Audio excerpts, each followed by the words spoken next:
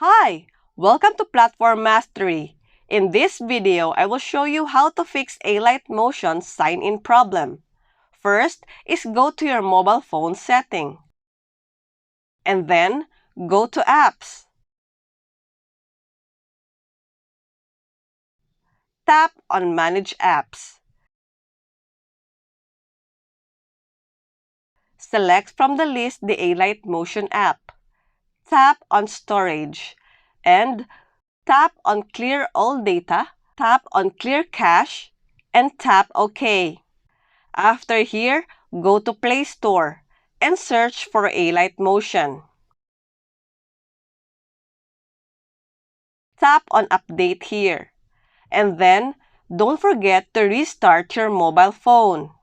The Alight Motion sign-in problem issue should be resolved. If not, share with us your technique. For more videos like this, hit the subscribe button and click the notification bell so that you get notified for our new uploaded videos. See you next time!